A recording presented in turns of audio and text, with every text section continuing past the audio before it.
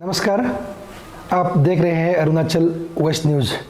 तो देखने वाले सभी को, जितने भी दर्शक हैं अरुणाचल वेस्ट न्यूज़ के, सभी को हमारे अरुणाचल वेस्ट न्यूज़ के show the inside hours with Arunachal West News में स्वागत करता हूं। मैं हूं आपका दोस्त डोमिन। आज हमारे मेहमान हैं, हमारे गेस्ट हैं, हमारे भारत के नेशनल फुटबॉल प्लेयर और कोच एजुकेटर है। अभी हाल ही में नहीं, अभी फ़िलहाल वो रिलायंस फाउंडेशन यंग चैम्प्स के अंदर काम कर रहे हैं एज ए कोच एजुकेटर। तो मैं बता दूं, आज के हमारे गेस्ट हैं श्री गुम्प रिम। सर, आपको अरुणाचल वेस्ट न्यूज़ में स्वागत करता हूं। बहुत बहुत थैंक यू। तो मैं बता दूं, ये सर गुम्प रिम जो है वेस्ट सियांग डिस्ट्रिक्ट आलो के एक छोटी सी गाँव रिम गाँव से हैं। तो उनके पिता के नाम है, मैं बता दूं, लेत तागुम रिम, और उनके स्वर्गीय माता के नाम है मोदर रिम। तो सर, आपको फिर से मैं हमारे show the inside hours with AWN में दिल से स्वागत करता हूँ। बहुत बहुत शुक्रिया और सभी दर्शकों को नमस्कार। ओके, तो सर मैं सबसे पहले आपसे जानना चाहूँगा ये कि आप अभी रिलायंस फाउंडेशन यंग चैम्प्स में काम कर रहे हैं एज ए कोच एजुकेटर। तो बहुत ही बड़ा फाउंडेशन है, हमारे देश के बहुत बड़ा एक रिनाउन फाउंडेशन है। उस मुकाम तक आप पहुंचने के लिए आपका जर्नी आप ब्रीफ में आप देखने वालों को बता दीजिएगा। अच्छा, सफ़र तो सबसे पहले अपने गांव से ही, शुरुआत गांव से ही होती है। तो सबसे पहले तो एज यूजुअल सभी लोकल बच्चों की तरह हम भी आलो जनरल ग्राउंड में खेला करते थे। फिर मेरा सिलेक्शन हुआ sports authority of India sports hostel में गुवाहाटी में। तो गुवाहाटी में मेरा चयन हुआ, तो वहाँ पे मैं 2 साल रहा स्पोर्ट्स हॉस्टल में। फिर वहाँ रहते रहते मुझे एशियन यूथ चैम्पियनशिप खेलने का अवसर मिला। फिर उसके बाद जैसे एक के बाद एक कुछ अपॉर्चुनिटी खुलता गया। जैसे मैं वहाँ में था तो मुझे एक जॉब का अपॉर्चुनिटी मिला। I was employed. मैं एक coal India limited north eastern coal field, वहाँ पे मुझे नौकरी दिया गया। तो मैं वहाँ पे कुछ समय के लिए था। फिर इसी दौरान हम कुछ टूर्नामेंट खेलने बाहर गए। तो फिर वहाँ से मुझे महिंद्रा एंड महिंद्रा कंपनी से बुलावा आया कि आप हमारे क्लब से खेलना चाहोगे कि नहीं। तो ये बहुत बड़ा अवसर था मेरे लिए। तो मैं मुंबई चला गया। मुंबई में काफ़ी साल खेलने के बाद उसके बाद काफ़ी जगह में खेले। बेंगलोर में खेला, फिर शिलोंग में खेले। फिर उसके बाद में एक समय आता है जब आपको खेल के बाद एक दूसरा पड़ाव आता है। तो जैसे शरीर साथ नहीं देता बार बार, तो एक समय आता है आपको भी छोड़ना पड़ता है। तो उसके बाद भी एक नया रोल होता है जो एक प्रशिक्षक के रूप में देखा जाता है। तो हम इसी दौरान हम लाइसेंस बोलते हैं, कोचिंग लाइसेंस का अपग्रेडेशन हुआ और मैं कोच बन गया। शिलोंग लाजंग से शुरुआत हुई मेरी कोचिंग। फिर उसके बाद काफ़ी जगह में भी, टाटा फुटबॉल एकेडमी में भी कुछ समय के लिए रहा। फिर राष्ट्रीय दल के लिए भी मौका मिला काफ़ी समय तक। फिर उसके बाद अभी मैं फ़िलहाल मुंबई में रिलायंस फाउंडेशन यंग चैम्प्स में as a head of goalkeeping department है हमारा। तो वहाँ पे मैं एज ए गोलकीपिंग कोच काम कर रहा हूँ।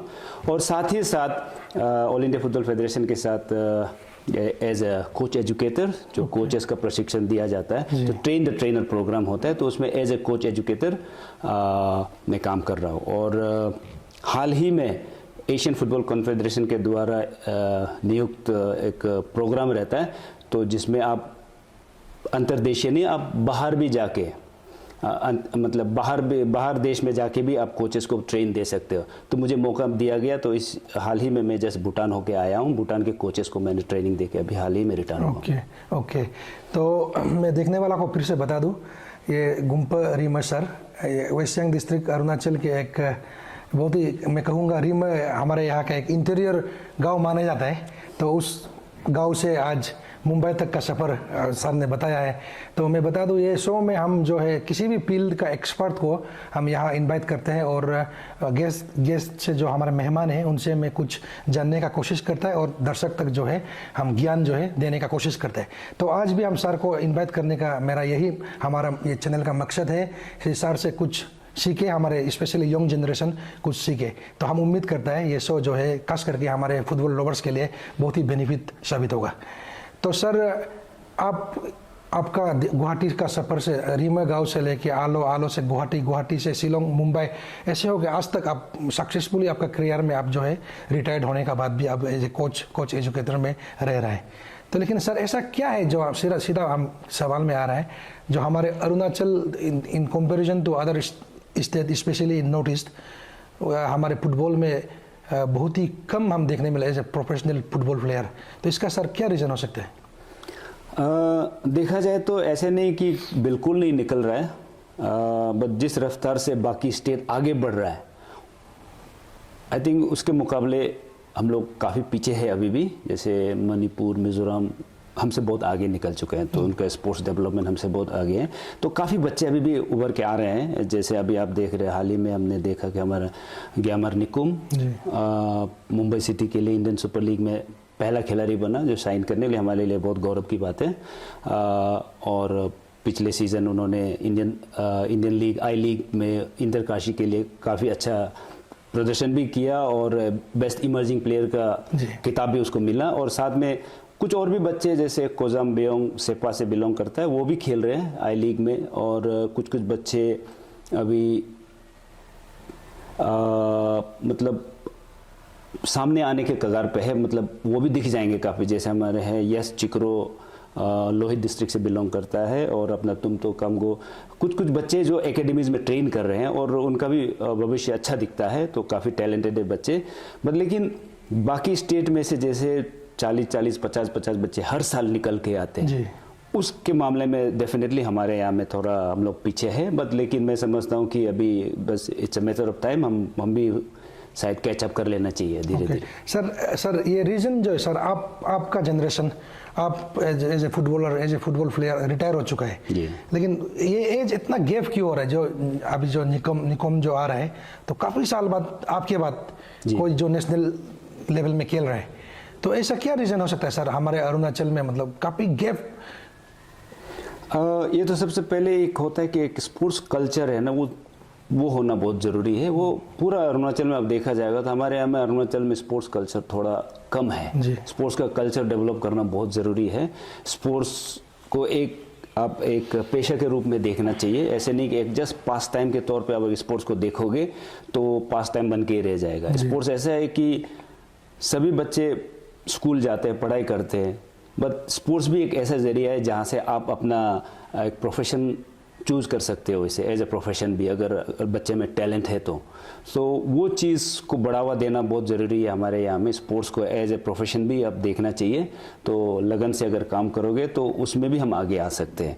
इस चीज़ की आई थिंक कल्चर की कमी है हमारे यहाँ में, स्पोर्ट्स कल्चर। ओके, तो सर मेरा अगला सवाल ये है सर, हमारे यहाँ जैसे आपने 2-3 प्लेयर्स का नाम गिना है अभी जो यंग खेल रहे हैं, तो दूसरा स्टेट को कंपैरिजन में इतना कम मैं यही फिर बार यही पूछ रहा है, क्या इसमें टैलेंट का कमी है या डिसिप्लिन का, एज अरुणाचल डिसिप्लिन का कमी है, या इंफ्रास्ट्रक्चर का जो आप कल्चर का बात कर रहे हैं इसका कमी है, या गवर्नमेंट का जो सपोर्ट का कमी है?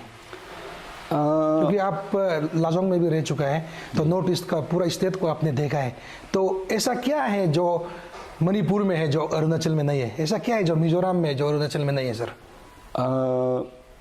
मैं फिर से उसी मुद्दे पे आऊँगा जो स्पोर्ट्स कल्चर के बारे में। वो कल्चर डेवलप करना ज़रूरी है, और एक सीजनल नहीं होना है हमारे यहाँ में। अगर गेम खेलना है, अगर स्पोर्ट्स को अगर आप चुनते हो एज ए प्रोफेशनल, हमारे यहाँ में मोस्टली बहुत सीजनल होता है। जैसे गर्मी के मौसम में आप कुछ गेम खेलते हो, बारिश के मौसम में कुछ गेम खेलते हो, फिर सर्दी के मौसम में आप इंडोर हो जाते हो और इंडोर गेम खेलते हो। अगर आपको एक गेम चुनना है 13-14 साल के उम्र में ही आपको स्पेशलाइजेशन कर लेना चाहिए कि मुझे इसी लाइन पे जाना है, और पेरेंट्स का सपोर्ट बहुत ज़रूरी है उसमें। तो वो एक चीज़ है जो यहाँ पे थोड़ा कम दिखता है कि एक 13-14 साल के बाद में आप एक स्पोर्ट्स को चूज़ करके आप सिंसियरली उसी लाइन पे आपको मेहनत करना है, और पेरेंट भी सपोर्ट करना है उसको कि, और बाहर निकलना पड़ेगा आपको। घर पे बैठ के अब अपॉर्चुनिटी चल के नहीं आएगा आपके पास, आपको बाहर निकलना पड़ेगा, बाहर वाले के साथ कम्पीट करना पड़ेगा। क्लब्स यहाँ नहीं है, क्लब्स बाहर है, अपॉर्चुनिटी बाहर है, आपको बाहर निकलना ही पड़ेगा। अगर आपको अपना प्रदर्शन करना है, अगर आपको अपना टैलेंट को दिखाना है, तो आपको बाहर जाना पड़ेगा। तो रही बात सपोर्ट की, आई थिंक काफ़ी इंफ्रास्ट्रक्चर बन रहा है, काफ़ी स्टेडियम्स बन रहे हैं, ग्राउंड्स काफ़ी है, तो ऐसे बहुत सारा चीज़ें जो आई थिंक इंफ्रास्ट्रक्चर सर से नहीं, मतलब एक सपोर्ट और डेडिकेशन से पाया जाता है। तो सपोर्ट, मैं नहीं समझता हूँ कि सपोर्ट की कमी है। ओके, तो सर अगर जैसे आपने कहा, अगर पेरेंट्स का भी बहुत ही रोल ये है, इम्पोर्टेंट रहता है, तो अगर कोई पेरेंट्स अपने बच्चों को प्रोफेशनल फुटबॉल प्लेयर बनाना चाहते हैं, तो यहाँ में हमारे यहाँ तो क्लब का कमी है, तो बाहर स्टेट में अगर किसी एकेडमी में, किसी क्लब में अगर वो एडमिशन लेना चाहते हैं, तो उसका सर शॉर्ट में आपका तरफ से भी कुछ हेल्प कर पाएगा, या किस तरह का प्रोसीड्यूर चलता है सर? बहुत सारा सिलेक्शन प्रोसेस होता है। जैसे बच्चों का एज ग्रुप कैटेगरी में सिलेक्शन होता है। अगर बच्चे टैलेंटेड है तो पर्सनली मुझे भी रीच आउट कर सकते हैं, उनका कुछ वीडियो क्लिप्स या डिटेल दे सकते हो, तो हम उन थ्रू आवर कनेक्शन हम उनको कोचेस को शेयर करते हैं कि ऐसे ऐसे टैलेंटेड बच्चे, उनको एक बार देख लीजिए।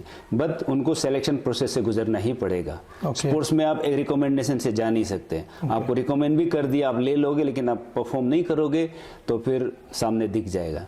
तो स्पोर्ट्स में आपको परफॉर्म करना ही पड़ेगा। और ऐसा बहुत सारा एकेडमीज है जो पेरेंट्स का एक मेन टेंशन एक ही रहता है कि बच्चे खेले या पढ़े। तो ऐसा बहुत सारा स्कोप है आज के ज़माने में, आप पढ़ भी सकते हो, एट द सेम टाइम खेल भी सकते हो। तो ऐसे एकेडमीज काफ़ी है जिसमें, लेकिन कुछ it comes with a price. So उसमें आपको चार्जेस लगते हैं, तो कि बच्चे को ट्रेनिंग भी देगा और स्कूलिंग का भी ख्याल रखेगा। तो उसमें पे एंड प्ले प्रोग्राम होता है। जैसे काफ़ी एकेडमीज है, जैसे सुदेवा, राजस्थान, श्रीनिधि, ये सब कुछ कुछ एकेडमी जहाँ पे रेसिडेंशियल फैसिलिटीज़ है। नियरेस्ट में अगर शिलोंग में है तो हमारा असम राइफल पब्लिक स्कूल में भी ये प्रोग्राम चलता है, run by BBFS, Bhaichung Bhutia football school. तो वो एक प्रोग्राम चलाते हैं जिसमें आप पे एंड प्ले प्रोग्राम होता है। तो आप स्कूलिंग भी कर सकते हो साथ साथ में, और आपका जो आपका ड्रीम है जो फुटबॉल खेलने का, वो भी साथ साथ में, दोनों एक साथ में साइड बाय साइड हो सकता है। ओके, तो सर कोई पेरेंट्स अगर चाहता है अपना बच्चों को इस तरह का एकेडमी में डालना, तो आपसे अगर कांटेक्ट करेगा तो क्या आपका तरफ से कुछ मदद कर पाएगा? डेफिनेटली, मतलब कुछ भी अगर इस बारे में काफ़ी फ़ोन आता है मुझे, काफ़ी लोग फ़ोन करते हैं। उसमें मुझे कोई आपत्ति नहीं है, फ़ोन कीजिए अगर आपको कुछ जानकारी हासिल करना है। मैं किसी को गारंटी नहीं दूंगा कि आपके बच्चे सिलेक्शन हो जाएगा, आपके बच्चे को मैं यहाँ डाल दूंगा, ये मैं कभी नहीं कहूँगा। आपके बच्चे में टैलेंट है तो अपनी जगह खुद बना लेगा। बस रास्ता बताना, के जरिया बताना, उसमें हम हमेशा हमारी तरफ से I am always available. Okay. तो सर गुरपीर की हम अपने आलो में आते हैं, क्योंकि आप भी, आपका नेटिव विलेज आलो से है, तो चैनल भी आलो के हैं, तो गेस्ट होस्ट दोनों आलो के हैं, देखने वाला भी मैक्सिमम आलो के ही होंगे, हम उम्मीद करते हैं। बाहर से भी बहुत गेस्ट, बहुत ऑडियंस तो देखेंगे, पर भी हम देख रहे हैं सर कुछ सालों से आप जब भी छुट्टी में आते हैं या जब भी मौका मिलता है, तो आलो के यंग जनरेशन को, बच्चों को, खास करके 10 साल 12 साल के बच्चों को आप कोचिंग दे रहे हैं। तो शायद अगर मैं गलत ना हो तो इस बार भी आप कुछ कोचिंग कैंप लगाया हुआ है। तो आलो स्टेडियम का मुद्दा भी हम अगले सवाल में आएंगे। उससे पहले क्या लगता है आपको, आलो के बच्चों में वो हुनर, वो टैलेंट आपको देखने को मिल रहा है?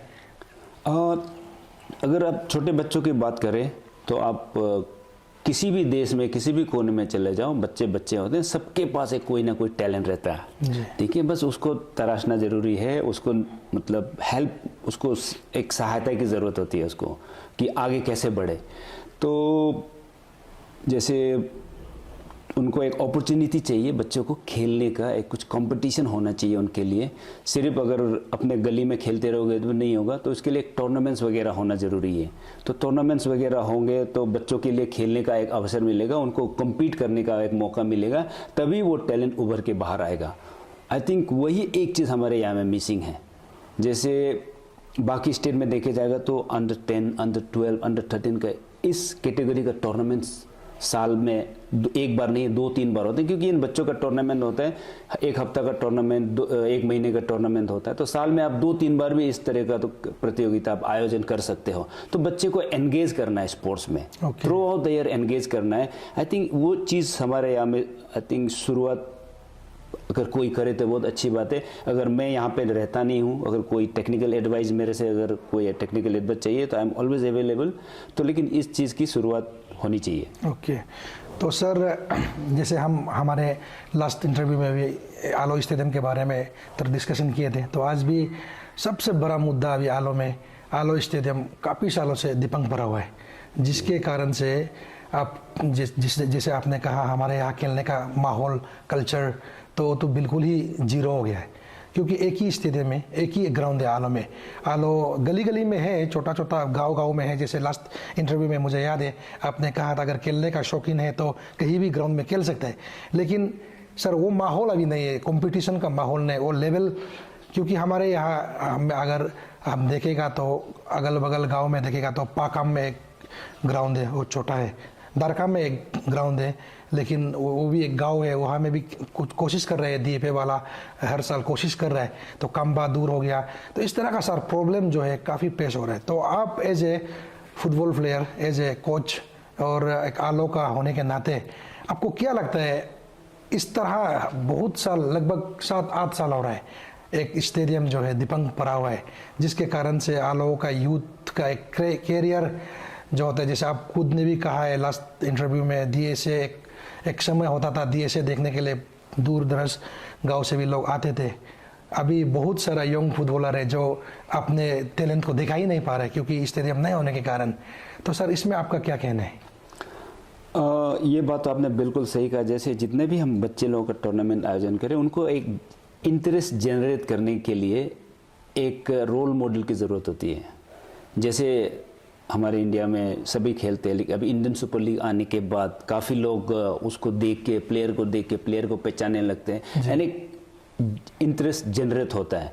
तो इसी प्रकार पहले हम जब छोटे थे, यहीं से हम निकले हैं, तो जैसे हमारा डीएसए टूर्नामेंट हुआ करता था, तो एक महीने का एक स्पोर्टिंग एक्स्ट्रावेगेंजा कहा जाता था कि एक फेस्टिवल की तरह हुआ करता था। तो दूर दराज से लोग देखने आते थे। तो ये टूर्नामेंट की वजह से मतलब एक माहौल क्रिएट होता था, स्पोर्ट्स का माहौल क्रिएट होता था। वो डेफिनेटली जब से अभी आपने कहा था कि स्टेडियम का निर्माण शुरू हुआ है, तब से ये ठप पड़ गया है, बंद पड़ा हुआ है ये स्पोर्ट्स इवेंट। कभी कभी वो ट्राई करते हैं, कभी दरका में एक आयोजन करे, कभी पाका में करे, कभी काबू में करे, लेकिन ये गांव का अपना एक एरिया रहता है, तो वहाँ पे काफ़ी रेस्ट्रिक्शन रहता है, जुरिस्डिक्शन रेस्ट्रिक्शन रहता है, और उनका अपना नियम कानून रहता है कि कभी घर में किसी का देहांत हो गया या कुछ रेस्ट्रिक्शन हो गया, तो फिर बाहर वालों का आवाजाही बंद हो जाता है। तो इसके वजह से आई थिंक ये प्रॉब्लम में है कि बार बार आयोजन नहीं किया कर पा रहे हैं। लेकिन ये स्टेडियम का मुद्दा को लेके आई थिंक ये बहुत ये एक सहनशीलता एक होता है ना, एक थ्रेशोल्ड पार कर चुका है। आई थिंक इस बारे में मैं तो बाहर रहता हूँ, लेकिन मैं भी बहुत ही I will be very vocal about this. हमारे जो सभी आलो के जो जनता है और सभी लीडर्स है, सभी से दरखास्त करूँगा कि इस बारे में सभी एकजुट होके एक डिस्कशन करें, और ये इस चीज़ को आगे बढ़ाने की बहुत आवश्यकता है इस समय, क्योंकि इसकी वजह से काफ़ी स्पोर्टिंग एक्टिविटीज़ हमारे यहाँ में बंद हो चुका है, स्पोर्टिंग कल्चर धीरे धीरे खोता जा रहा है। तो ये स्पोर्ट्स स्टेडियम का निर्माण को लेके आई थिंक सभी को एकजुट होकर सोचना पड़ेगा और इसको आगे बढ़ाना पड़ेगा। ओके, तो सर मुझे याद है लास्ट टाइम जब हम आलम में स्टेडियम के लिए कुछ रैली किया था, शायद उसमें आप भी पार्टिसिपेट किया था जी। तो उसके बाद काफ़ी साल बाद ये वैसे का वैसे ही रह गया। तो इस बार कुछ एसोसिएशन है, ओलंपिक एसोसिएशन अरुणाचल का जो वेस्ट सियांग का यूनिट है, जिसका सेक्रेटरी हमारे यहाँ का ही है, एक युवा ये है धोनी औरी, उन लोग के लीडरशिप में ये बार कोशिश कर रहा है कि इसको जो है पब्लिक के नोटिस में आए। तो एग्जैक्टली ये हो क्या रहा है, तो इसमें कुछ रैली उली का उन लोग जो है ऑर्गेनाइज करने का एक प्लान कर रहे हैं। तो इसमें सर आपका क्या एडवाइस रहेगा? आई थिंक किसी न किसी को तो आगे आना ही पड़ेगा। ये बहुत खुशी की बात है कि ये ओलंपिक एसोसिएशन अभी काफ़ी युवक लोग आगे आ रहे हैं उनको संभालने के लिए, ओलंपिक एसोसिएशन को संभालने के लिए। डिस्ट्रिक्ट स्पोर्ट्स एसोसिएशन है, डिस्ट्रिक्ट फुटबॉल एसोसिएशन है, और हमारे स्पोर्ट्स ऑफिसर है। आई थिंक सभी एकजुट होकर इसमें अगर काम करें तो मेरे ख्याल से ये चीज़ आगे जल्दी से बढ़ सकता है। अगर एक ही ग्रुप अगर रहोगे तो शायद कोई सपोर्ट करे कोई ना करे तो फिर ये आगे नहीं बढ़ेगा। इसमें एक सभी से एक दरख्वास्त है कि सब एकजुट होके एक इसको प्रेशर नहीं कहूँगा, इन ए वे एक प्रेशर भी डालना ज़रूरी है कि सरकार के ऊपर में कि इसको ये क्यों आगे नहीं बढ़ रहा है। जितने भी डिस्ट्रिक्ट में अगर ये स्टेडियम कंस्ट्रक्शन का काम शुरू हुआ था, every stadium is operational now. सभी में अभी इवेंट्स कंडक्ट हो रहा है, एक सिवाय हमारे आलो स्टेडियम के। आलो स्टेडियम मतलब अभी जैसे मैं जब भी वहाँ से गुजरता हूँ एक नज़र लगा के देख के जाता हूँ तो I think even not even 60%, मतलब अभी भी ढांचा ही खड़ा हो रहा है। ग्राउंड तो आप भूल ही जाइए। तो अगर ग्राउंड भी अगर प्लेयर लोग को मिल जाए, ढांचा आप बनाते रहिए, ग्राउंड भी अगर हमारे बच्चों को अगर खेलने के लिए मिल जाए या कुछ टूर्नामेंट का आयोजन किया जा सके, इवेंट वगैरह होस्ट किया जा सके, तो धीरे धीरे ये स्पोर्टिंग कल्चर भी रिवाइव किया जा सकता है। तो आई थिंक ओलंपिक एसोसिएशन अगर इस बारे में अगर आगे आ रहा है तो मेरा समर्थन 100% है उनके लिए।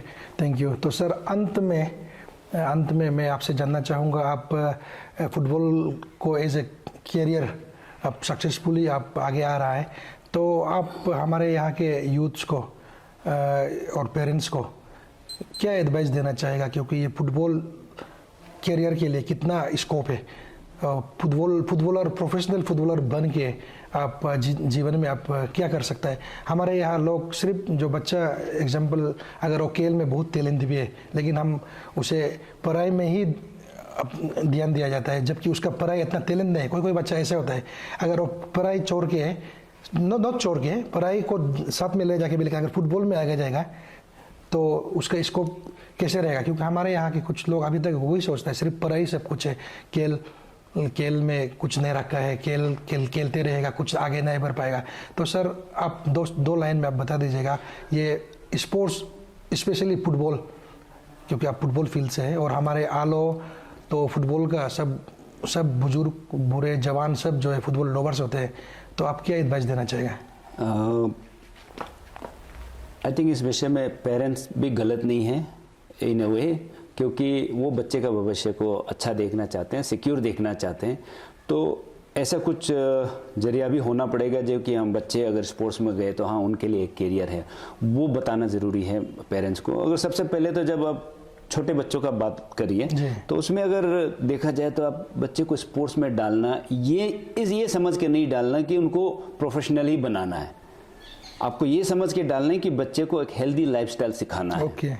उस इरादे से आप बच्चे को स्पोर्ट्स में एनकरेज करना बहुत ही ज़रूरी है, क्योंकि अगर स्पोर्ट्स में बचपन से आप अगर उसको अगर फुटबॉल ट्रेनिंग में वगैरह कहीं एकेडमी कहीं कोचिंग होते हैं वहाँ पे अगर एनरोल करेंगे, वहाँ पे कुछ फीस भी लेता है, मान लीजिए जो महीने का 2000-3000 कई फीस लेते हैं, तो आपको वो भी करना पड़ेगा, क्योंकि अगर वो नहीं करोगे तो बच्चा कहीं और चला जाएगा, गलत रास्ते पे भी चला जाएगा। कोई अगर म्यूजिक में इंटरेस्ट रखता है वो भी बहुत अच्छी बात है, वो भी एक हॉबी है, तो वो जरूर, क्योंकि बच्चे सभी खेलते हैं, सबको खेलना रहता है। एक बचपन में एक रहता है ना, एक एनर्जी सब में भरपूर रहता है, तो उनको भी एनर्जी भी निकालना है।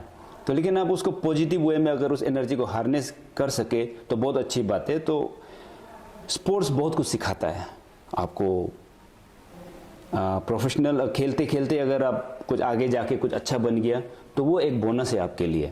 आप बच्चे को स्पोर्ट्स में इसलिए डालिए कि वो हेल्दी लाइफस्टाइल सीखे और वो डिसिप्लिन सीखे, टाइम टेबल के बारे में समझे, समय के पाबंदी को समझे, और प्लस घर से बाहर एक माहौल क्रिएट होता है कि एक दूसरे के साथ मिलजुल के एक रहने का एक माहौल जो होता है। कोई बच्चे बहुत एकांत में चुपचाप बैठा रहता है, वो ऐसा ही होता है। तो उनको अगर स्पोर्ट्स में डालोगे तो धीरे धीरे वो घुल मिलना सीखेगा बच्चे के साथ में।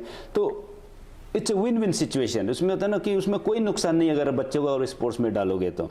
फिर धीरे धीरे अगर खेलोगे, किसी बच्चे में टैलेंट ज़्यादा रहता है, किसी में टैलेंट कम रहता है। कोई बच्चा मेहनत कर सकता है, कोई बच्चा मेहनत नहीं कर सकता है। जो टैलेंट है अगर मेहनत नहीं करेगा वो आगे नहीं जा पाएगा जी।